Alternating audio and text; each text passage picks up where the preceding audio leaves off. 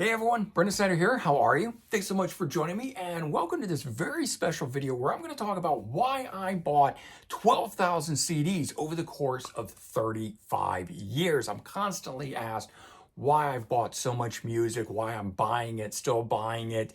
I hear all kinds of comments about not being able to possibly listen to it all, that I'm a hoarder, there must be something wrong with me, why own albums that aren't your absolute favorite. That nobody needs more than a couple hundred albums. I mean, those of you that have big music collections, I'm sure you know what I'm talking about. You've heard some of these comments, if not all of these, and I'm going to tackle these questions, these ideas, these thoughts, all of that and more, and explain why I have bought 12,000 CDs over the last 35 years. So we'll get into that here in just a bit. If you're new to my channel and you haven't already subscribed, please do comment, like, all those things do help. And of course, turn on notifications so you can stay up to date on the latest videos that I drop, which I do new videos every day. So there's always something out there for you guys to see.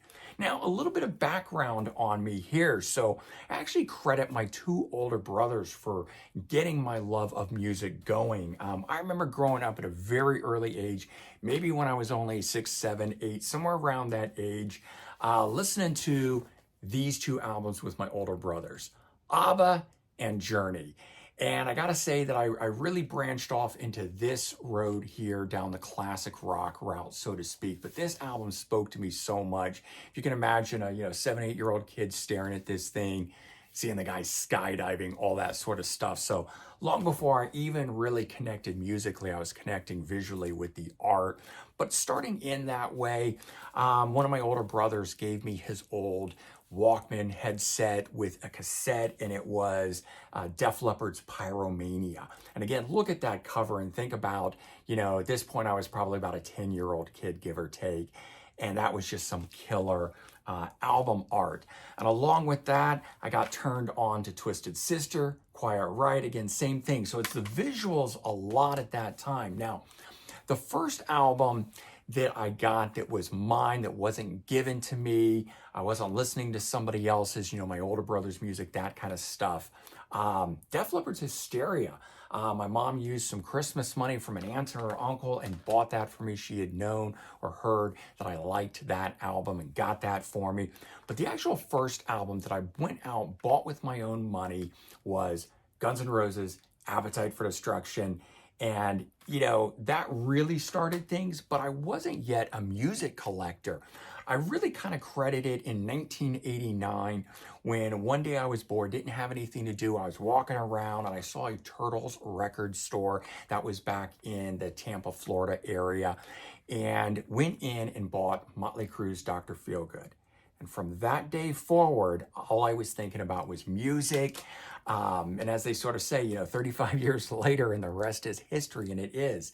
I mean, look at the stuff that is behind me here. I have now amassed more than 12,000 CDs. And I'm not just willy-nilly buying. I'm not buying huge collections. Everything that I have ever bought has been well thought out and something I wanted. And that's how I have amassed the collection that I have. So why did I buy 12,000 CDs, right? You guys want to know that? For starters, in 1989, streaming didn't exist. And if you wanted to know something about an album, the way it sounded, you had to buy it. And if you didn't like it, you stuck with it because you had spent your hard-earned money on it. So you gave the album a chance. You didn't just click it off after first listen and put away.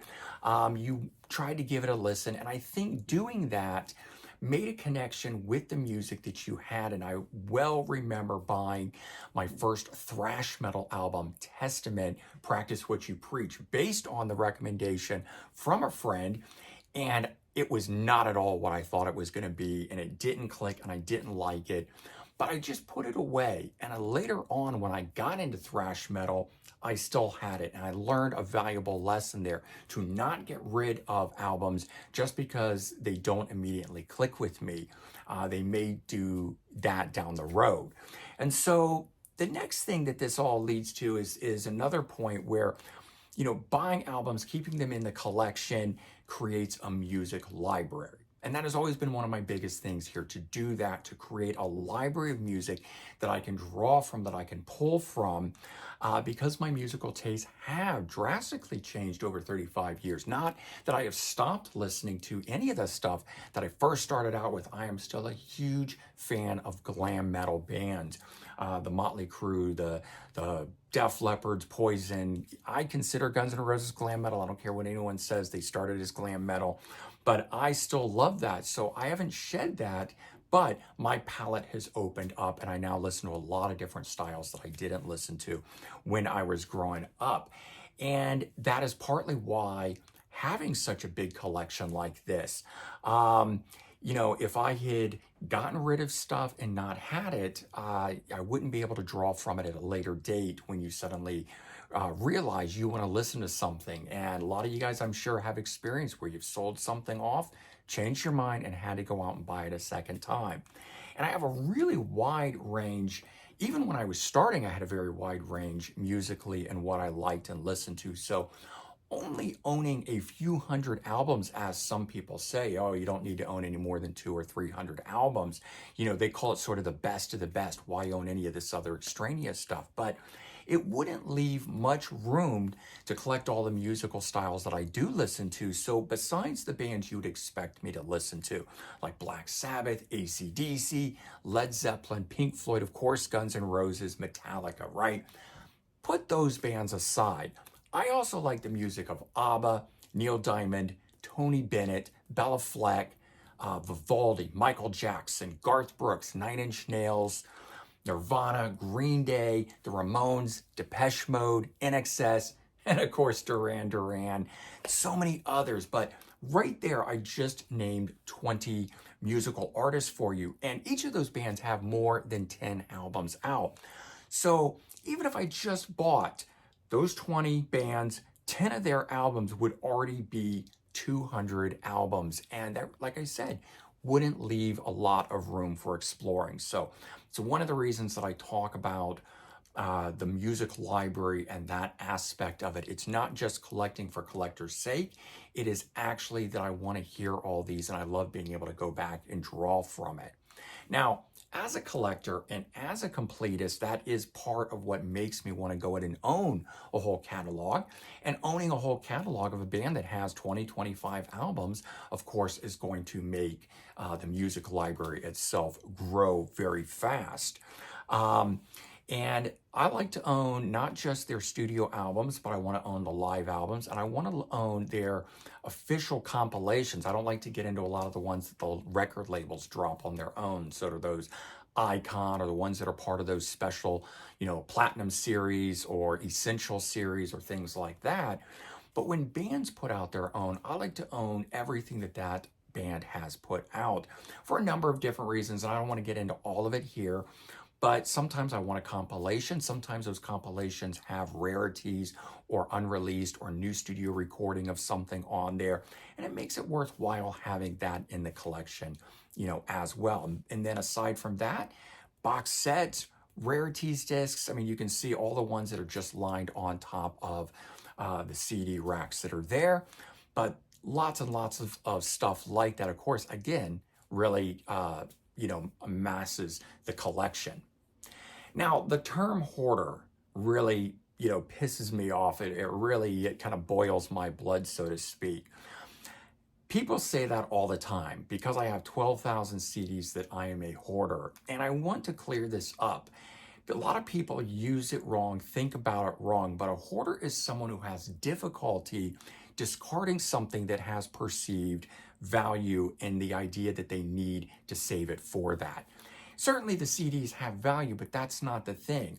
I don't have trouble discarding, so to speak. I also don't have a lot of one type of thing. This is all individual albums that, again, make up a library. People that keep books, libraries of books, they are not considered hoarders, and I don't think music fans should either. But the bottom line is hoarding. The idea of what hoarding is not going on here. If you've ever watched those reality shows about hoarders and you take a look around at those settings and how those people live, This clearly is not it. Hoarders are not usually highly organized individuals, and my music collection at least, but again, I think a lot of people's, they're alphabetized, they're organized, they're on walls, they're put away. We can walk through the space, we can move. There's no danger of things toppling over, all that sort of stuff.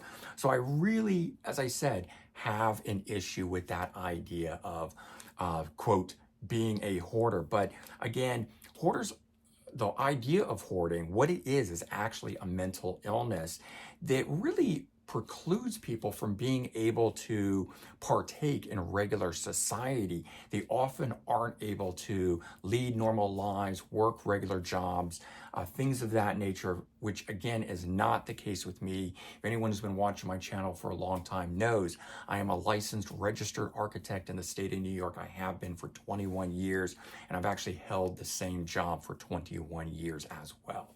So obviously contributing to society, have no trouble holding down a job, and again, being a highly organized individual with that music collection just takes it out of the league of what might be considered as hoarder.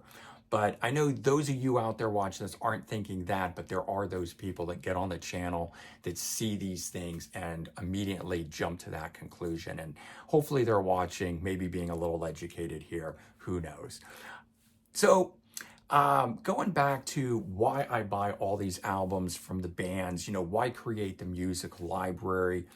Radio and pop culture, for me at least, have worn out some of the big bands, their biggest hits. I don't need to ever listen to Led Zeppelin's 4 or Metallica's Black Album. And despite being such a huge fan of Guns N' Roses' Appetite for Destruction, that's usually the last one that I reach for, even though I will actually still listen to that, and Def Leppard's Hysteria, and a few other albums that are also heavily worn out. But AC/DC's Back in Black, I will rarely listen to. Black Sabbath's Paranoid, my favorite Black Sabbath album, though. All of those songs are played on the radio. And my favorite band, Pink Floyd, Dark Side of the Moon and The Wall, those are my least, I don't call them least favorite, it's just the albums I grab for the least because those songs are worn out. So for me, I need other albums. I need the other albums in the catalogs that are less familiar to me. I'm going to reach for those more often, but I can't not have those big albums because there's times that I want to hear that stuff as well. And so having all of the albums from an artist, especially an artist who changed. Let's take David Bowie, for example, who went through many, many different styles, has been a chameleon, changing with the eras and the times and the genres. So if I'm in the mood for glam rock, I can pull an album from him. If I'm interested in jazz rock, I can pull an album from him. Any of the different styles, including industrial metal he did, lots and lots of stuff. Alice Cooper's another artist like that. So having the whole catalogs lets you get in there based on different moods that you're in. And lastly, it just all goes back to when I was a kid, buying that album that I had never heard, holding that art in my hand. I'm going to use the Journey record, but, sitting there staring at this, holding this in your hands and seeing the art, playing an album for the first time, that tangible connection is so powerful. For me, it is just something completely different from streaming. Streaming certainly has its place. I have a streaming account. I use it for commuting. I use it for when an album drops and I've yet to get my copy in the mail. There's a lot of great reasons for streaming, but there just isn't anything that beats holding the physical album in your hands, listening to it. And that experience to me is priceless. I would never give it up. It's the reason that I keep all these CDs and why I have these. Yes, I can go on streaming and probably find 50% of this collection on there, but there's also so much that is not on streaming. Albums that came out and fell without a trace. They're not the most popular by a band, or there's some licensing conflict and they're not up for streaming. So again, that's part of the reason for owning such a massive collection. Music rights come and go, but if you own a physical copy, it's always going to be there for you, unlike with streaming, where anyone who is a hardcore streamer knows 1 month this album might be available and the next month it might not be available. So there's definitely things like that that come into play for owning the 12,000 CDs that I have. Now, while not necessarily a reason for me, my music collection can actually be very valuable. And a lot of people collect for those reasons. And like I said, never been a big thing for me, but I've got albums that range from, a couple hundred, worth a couple $100 up to a couple $1,000. And that in and of itself is pretty cool. I have priced out a portion of my collection and then, like an average, and then taken it and multiplied it across the 12,000 for an estimated value of about $350,000. Now, I would never sell the collection, and I really have no desire to get the thing, say, properly priced, put the whole thing up on Discogs. But for some people, that would be a reason for the collection of this. And now I like to kind of flip the tables on this and just offer up that alternative opinion, in the sense that for those of you that like to go to the bar to drink every weekend or go out and eat at nice restaurants.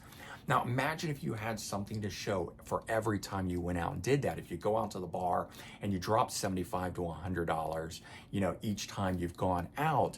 Think of that in terms of me going to a music store and dropping $75 to $100, but I come home with 5, 6, 7, 8, maybe even 10 CDs on it. Over the course of 35 years, right, that's how this collection gets born.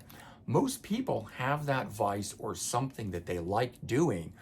And if they just translated that over into music, it really would be the same thing. It's just that they don't have any of that to look at. They have no idea how many times they've had a drink, how many times they've smoked a cigarette, or how many times they went out to eat, or just whatever it might be. And for those of you that have a wife or girlfriend or significant other that gives you a hard time about it, just compare your music collection to their love of shoes, clothes, purses, whatever it might be. But everybody has that one thing that they like to spend their money on. For me, it's a CD collection. And that's why I've got 12,000 CDs in my collection. So there you go.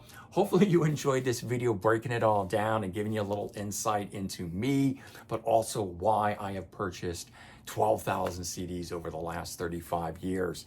And again, that's just really the tip of the iceberg. If you want to know more, definitely subscribe to my channel, stick around, watch more videos on this sort of stuff. And certainly take care, have a good one, and I'll talk to you real soon, everyone. Bye-bye.